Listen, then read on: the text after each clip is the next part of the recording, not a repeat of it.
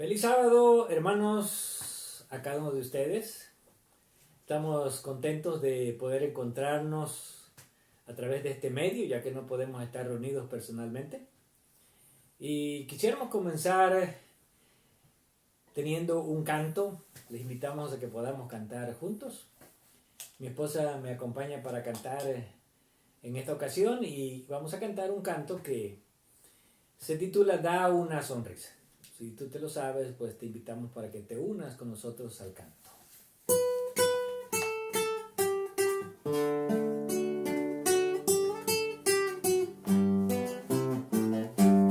Da una sonrisa cierta, una sonrisa abierta y llena de amor. Da una sonrisa cierta, una sonrisa abierta y llena de amor. Quien tiene a Jesús vivirá para gozar, está siempre contento aunque le vaya mal. Tropieza aquí, se cae allá, se levanta de nuevo y se pone a cantar. Se levanta de nuevo y se pone a cantar. Da una sonrisa cierta, una sonrisa abierta y llena de amor. Da una sonrisa cierta, una sonrisa abierta y llena de amor. Quien tiene a Jesús vivirá para gozar, está siempre contento aunque le vaya mal. Tropieza aquí, se cae allá, se levanta de nuevo y se pone a cantar. Se levanta de nuevo y se pone a cantar.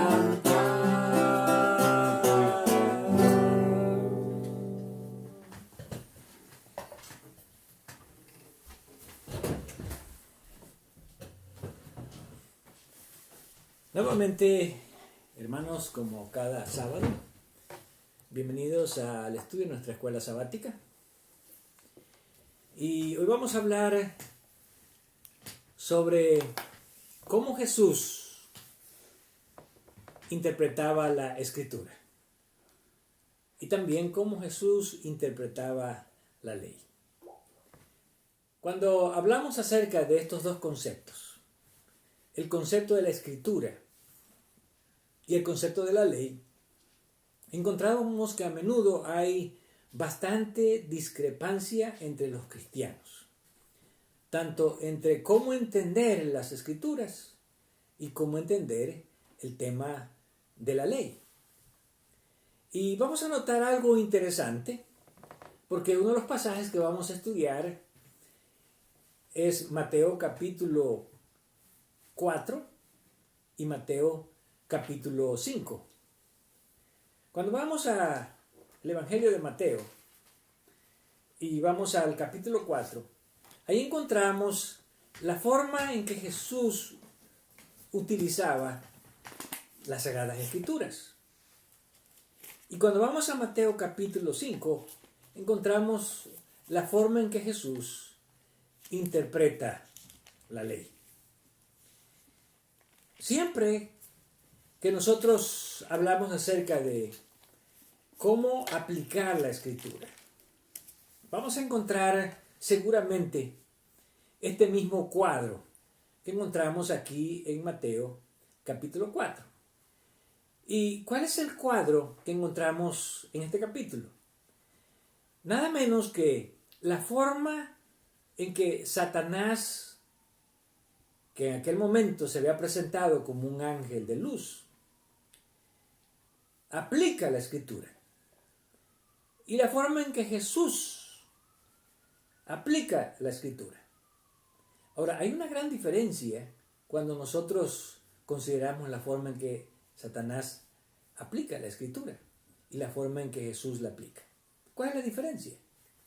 vamos a encontrar que el diablo aplica la escritura de una manera incorrecta, fuera de un contexto correcto, o sea, con una aplicación incorrecta. Y encontramos que Jesús sí aplica la escritura correctamente. Esto mismo podemos encontrar dentro del cristianismo.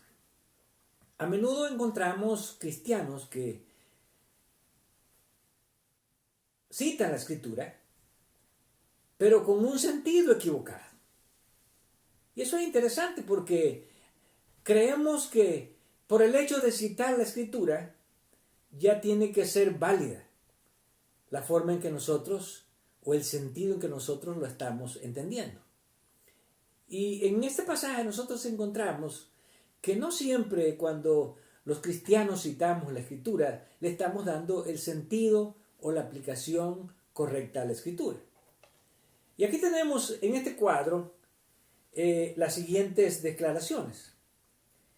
Cuando Satanás viene a tentar a Jesús, dice Mateo capítulo 4, versículo 5, versículo 3, y vino el tentador y le dijo, si eres hijo de Dios, di que estas piedras se conviertan en pan. En esta primera tentación, Satanás no utiliza exactamente un pasaje bíblico, pero sí está poniendo a prueba a Jesús para que trate de demostrar que realmente es el Hijo de Dios. En otras palabras, está tratando de hacer caer a Jesús en la tentación de la presunción. A veces nosotros podemos citar la Escritura solamente por un aspecto de presunción. En otras palabras, para demostrar algo, para demostrar cuán válido es nuestro cristianismo o para demostrar que estamos correctos en lo que estamos diciendo. Ahora, la respuesta de Jesús vamos a encontrar que siempre se basa en un escrito está. Pero el hecho de que Jesús presente un escrito está no significa que solo por repetir el escrito está ya significa que está correcto, sino darle una aplicación correcta. ¿Cuál es la referencia que Jesús hace? Escrito está, no solo de pan vivirá el hombre, sino de toda palabra que sale de la boca de Dios. Esta declaración de Jesús está mostrando lo siguiente, que aunque alguien podría presumir que es hijo de Dios utilizando la escritura, por otro lado, lo más importante es que la escritura se utilice, se aplique y se le dé el sentido correcto. Y en este caso, Jesús responde a la tentación diciendo que lo más importante no es el pan físico, sino lo más importante es el pan espiritual. En otras palabras, la palabra de Dios.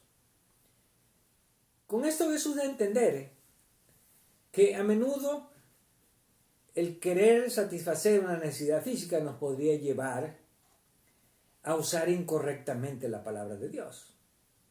Pero que lo más importante es darle el sentido correcto a la palabra de Dios. Después viene la segunda tentación. Entonces el diablo le llevó a la santa ciudad y le puso sobre el pináculo del templo y le dijo, si eres hijo de Dios, échate abajo, porque escrito está, a sus ángeles mandará acerca de ti, en sus manos te sostendrán, para que no tropieces con tu pie en piedra. Es interesante que como Jesús utiliza el escrito está para poder contestar y rechazar correctamente al enemigo, ahora el enemigo también utiliza un escrito está. Ahora, ¿era correcto lo que estaba citando Satanás? Sí, era correcto. Es una de las partes del Salmo 91. Pero ¿era correcta la aplicación que le estaba dando? Era incorrecta. ¿Por qué? Porque Dios está dispuesto a librar a sus hijos. No cuando nosotros imprudentemente estamos exponiéndonos al peligro, sino cuando realmente estamos en un peligro. En otras palabras, si Jesús se hubiera arrojado desde el pináculo del templo, Jesús imprudentemente se estaba exponiendo al peligro. ¿Por qué? Porque realmente no había necesidad de que Jesús se arrojara. Simplemente era para presumir que Dios sí lo iba a rescatar. Entonces, la forma en que Satanás cita y la forma en que aplica la escritura, podemos encontrar que la cita correctamente, pero la aplica incorrectamente. Ahora, la respuesta de Jesús viene con otro escrito está. Pero en el sentido correcto, Jesús le dice, escrito está también, no tentarás al Señor tu Dios. En otras palabras, no pondrás a prueba innecesariamente a Dios. Es como que alguien diga, bueno, yo como soy cristiano me voy a aventar voluntariamente al fuego para que vean que no me quemo. Porque hay una promesa de que Dios va a proteger a sus hijos y que andarán por las llamas y no se quemarán. O yo para demostrar que soy cristiano me voy a tomar un veneno. O voy a dejar que me pique una serpiente. Entonces, podemos citar correctamente la escritura, pero podemos estarla aplicando incorrectamente. Y este era el caso entre la forma en que Satanás la citaba y la forma en que Jesús la citaba. También puede ser el caso de algunos cristianos que la citamos correctamente, pero la aplicamos incorrectamente. Entonces viene la tercera tentación. Otra vez le llevó el diablo a un monte muy alto y le mostró todos los reinos del mundo y la gloria de ellos. Y le dijo, todo esto te daré si postrado me adorares. Entonces Jesús le dijo, vete, Satanás, porque escrito está, al Señor tu Dios adorarás y a Él solo servirás. Aquí tenemos en esta última tentación que Satanás está tentando en uno de los aspectos donde a menudo los seres humanos somos muy débiles, y es la ambición. ¿Cuántos cristianos a menudo no vendemos nuestra integridad por la ambición a los bienes materiales? Ahora, Satanás le estaba ofreciendo lo que Jesús estaba buscando. ¿Por qué? Porque Jesús había venido precisamente a restaurar, a redimir los reinos del mundo. Satanás lo sabía. Y por eso él le dice, mira, lo que tú quieres yo te lo doy. No necesitas morir en la cruz, no necesitas sufrir, no necesitas padecer. Simplemente póstrate ante mí y adórame. Ahora,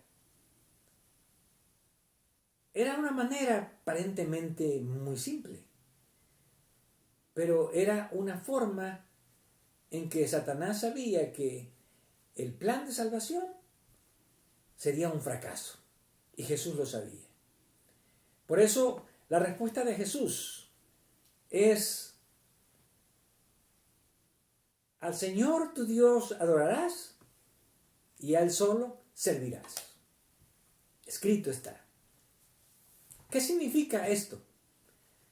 Que entre todas las cosas que el mundo nos ofrece, entre todas las cosas que podemos obtener, lo principal para un cristiano y lo más importante es la adoración a Dios, la verdadera adoración. Y también el servicio a Dios. En otras palabras, no podemos vender nuestra integridad a Dios por bienes o por riquezas materiales. Pero estas siguen siendo las mismas tentaciones que Satanás nos está presentando. Y muchas veces, como vemos, lo hace citando aún la misma escritura. Así que el primer aspecto que encontramos es: Jesús cita y aplica la escritura correctamente. Satanás cita la escritura correctamente, pero la aplica incorrectamente. Algunos cristianos citamos la escritura y la aplicamos correctamente. Algunos cristianos citamos la escritura, pero la aplicamos incorrectamente. Le damos el sentido incorrecto. El segundo aspecto que encontramos es en relación a Jesús y la ley. Y aquí entramos al capítulo 5. Podemos decir que el tema de la ley es uno de los temas más complicados en el Nuevo Testamento. Sin embargo, cuando uno lo estudia con detenimiento, puede uno encontrar que realmente no es tan complicado comprender, sino solamente necesitamos entender correctamente el sentido que tanto Jesús como los apóstoles le dieron al tema de la ley. Y vamos a comenzar leyendo la primera declaración con relación a la ley que le encontramos en Mateo capítulo 5, versículo 17. Donde Jesús dice: no penséis que he venido para abrogar la ley o los profetas. No he venido para abrogar, sino para cumplir. Aquí tenemos dos conceptos importantes. El primero es, Jesús dice: yo no vine a abrogar. Literalmente, yo no vine a destruir. Yo no vine a destruir la ley y los profetas. Ahora, ¿a qué se refiere esta declaración o esta frase, la ley y los profetas? Algunos dicen que se refiere exclusivamente a los 10 mandamientos. Algunos cristianos interpretan que se refiere a toda la ley de Moisés. Y algunos otros consideran que se refiere no solamente a la ley de Moisés, sino también a los escritos de los profetas. Por eso, la ley y los profetas. Cuando vamos al contexto de Mateo 5, nosotros vamos a encontrar que esta declaración de la ley y los profetas se refiere, de acuerdo a el contexto que Jesús está presentando, a los mandamientos escritos en la ley mosaica o en la ley de Moisés. Recordemos que la ley de Moisés contenía los 10 mandamientos también, aparte de las 2 tablas de la ley. En otras palabras, los 10 mandamientos primeramente estaban escritos en piedra en las 2 tablas de la ley. Pero los 10 mandamientos también se encontraban escritos en el libro de la ley de Moisés. ¿Cuál era la diferencia? Bueno, la diferencia es que los 10 mandamientos en las 2 tablas de la ley, como ustedes la conocen, solamente tienen una sentencia o una declaración donde Dios negativamente o afirmativamente está diciendo que hay algo que se tiene que hacer o algo que no se debe de hacer. Sin embargo, cuando vamos a la ley mosaica encontramos que no solamente hay una declaración del mandamiento, sino también hay una sentencia, donde hay también un juicio, donde hay una retribución a aquel que no cumple con la ley. En otras palabras, la ley de Moisés no solamente se da el mandamiento, sino también se da el juicio o el castigo que viene por no cumplir esa ley. Además, la ley de Moisés no solamente contiene los 10 mandamientos, sino contienen muchos otros mandamientos que tienen que ver con diferentes aspectos, tanto de la vida civil, de la salud, del derecho y muchas leyes que tienen que ver con el bienestar del pueblo. Ahora, por lo tanto, cuando Jesús dice, no penséis que he venido a destruir la ley y los profetas, se está refiriendo a la forma en que la ley estaba escrita en la ley de Moisés. Y eso lo vamos a ver enseguida en el contexto. Ahora, ¿qué significa destruir? Bueno, destruir significa que Jesús no venía a abrogar, a hacer a un lado esa ley que había sido dada en el Antiguo Testamento, sino que Jesús utiliza otro concepto. Yo he venido a cumplir. El término griego, pleroo, que se traduce como cumplir, significa llenar o darle cumplimiento a algo que se ha escrito, y cuando se le da el cumplimiento, eso que se ha escrito ya quedó cumplido. Como por ejemplo, muchas veces cuando leemos los evangelios encontramos que habían cosas que ocurrían en la vida de Jesús para que se cumpliera la escritura. Por ejemplo, Jesús comenzó su ministerio y fue a predicar a Galilea para que se cumpliese la escritura que se había escrito en el libro de Isaías. Jesús cumplió muchas partes de la escritura en su vida. Ahora, cuando Jesús dice aquí, he venido a cumplir, significa que Jesús le ha venido a dar un cumplimiento a esa ley en su vida. ¿Por qué? Porque muchas de las cosas de la ley que estaban escritas para que se cumplieran en Jesús. Y cuando se cumpliesen en Jesús, entonces esos cumplimientos ya iban a darse por cumplidos o por terminados. Como en el caso de los sacrificios. Todos los sacrificios del Antiguo Testamento apuntaban a Jesús. Y por lo tanto, cuando Jesús es el sacrificio perfecto, cuando Jesús es el sacrificio real, no la sombra, no la figura, como eran los sacrificios del Antiguo Testamento, entonces esas leyes se cumplieron en Jesús. Y al cumplirse en Jesús, ya no hay necesidad de que esas leyes continúen. Ahora, Jesús aquí no está diciendo, yo no he venido a cambiar, ¿sí? Porque a veces algunos dicen, es que Jesús no iba a cambiar nada de la ley mosaica. No, no es el sentido.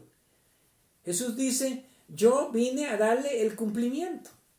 Y cuando las cosas se cumplen, entonces esas cosas que ya se cumplieron ya quedan caducadas. Como en el caso de los sacrificios, como en el caso del sacerdocio de Jesús, como en el caso de muchas leyes del santuario. Y vamos a ver ahora como en el caso también de las leyes que fueron dadas a Moisés. Y vamos a hablar un poquito acerca de estas leyes que se dieron a Moisés. Recordemos que las leyes que se dieron a Moisés fueron leyes dadas para el pueblo de Israel.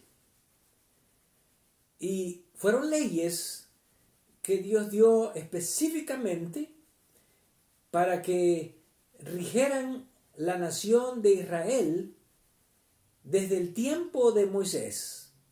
¿Hasta cuándo? ¿Hasta qué momento? Bueno, vamos a encontrar que hay dos declaraciones en los evangelios que tienen que ver con las leyes del Antiguo Testamento y también los escritos de los profetas concernientes a las cosas que debían de cumplirse. La primera la encontramos en el libro de Mateo, capítulo 11. Y vamos a leer desde el versículo 12 y 13.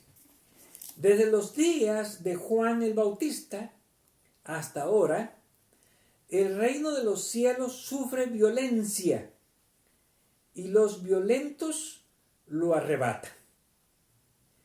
¿Qué quiso decir con esta declaración? Muy bien, que Juan comenzó a predicar o vino a darle apertura a un evangelio que iba a causar revolución en su tiempo.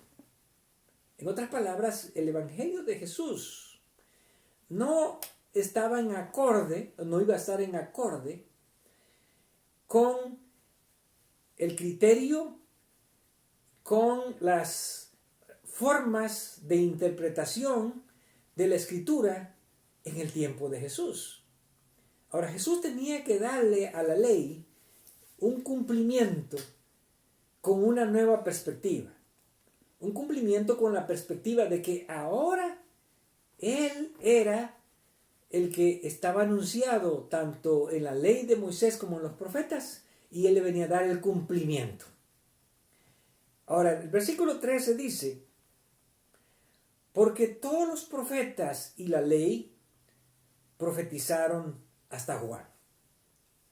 Aquí encontramos que Jesús está hablando acerca de una época, de un tiempo. En otras palabras, la ley y los profetas se refería al tiempo o al periodo del Antiguo Testamento. Y ese periodo del Antiguo Testamento, Jesús dice que había llegado hasta Juan el Bautista. En otras palabras, Juan el Bautista da apertura a una nueva época de la ley, a una nueva época de la Escritura, que es la época mesiánica, la época de la venida de Jesús. Y por eso Jesús habla de que esto iba a sufrir violencia. Entre otras palabras, iba a haber contradicción, iba a haber tensión entre las enseñanzas de Jesús y las enseñanzas que se encontraban en las cosas escritas por Moisés en el Antiguo Testamento. Ahora, no quiere decir, ¿verdad?, que lo que Jesús iba a enseñar estaba en contra de lo que se había enseñado. Pero sí quiere decir que Jesús le estaba viniendo a dar un cumplimiento correcto, espiritual, a la ley y a los escritos de los profetas. Encontramos otra declaración en el libro de Lucas, capítulo 16. Y vamos a leer el versículo 16. Dice: la ley y los profetas eran hasta Juan. Desde entonces el reino de los cielos es anunciado y todos se esfuerzan por entrar en él. Pero más fácil es que pasen el cielo y la tierra que se frustre un tilde de la ley. Qué interesante declaración.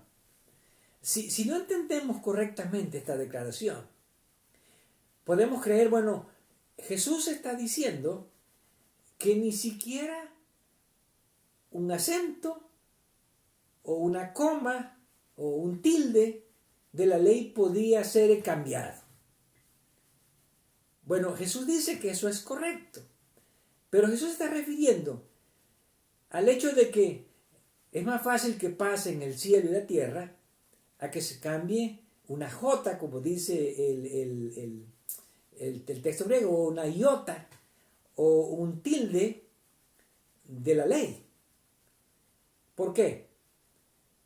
Porque eso significaría que entonces Jesús estaría arbitrariamente cambiando la ley. Pero Jesús no se está refiriendo al hecho de que la ley no se pueda cambiar, sino que Jesús está refiriendo a que la ley puede ser cambiada, pueden haber cambios, pero hasta que las cosas se cumplan. Y Esta declaración que encontramos aquí en Lucas 16:16 nos habla que la época de los profetas y la ley llegó hasta Juan el Bautista.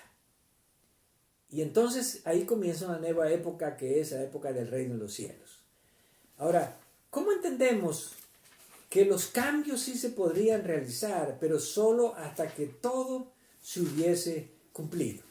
Vamos a ver otra vez, vamos a regresar al libro de Mateo, capítulo 5.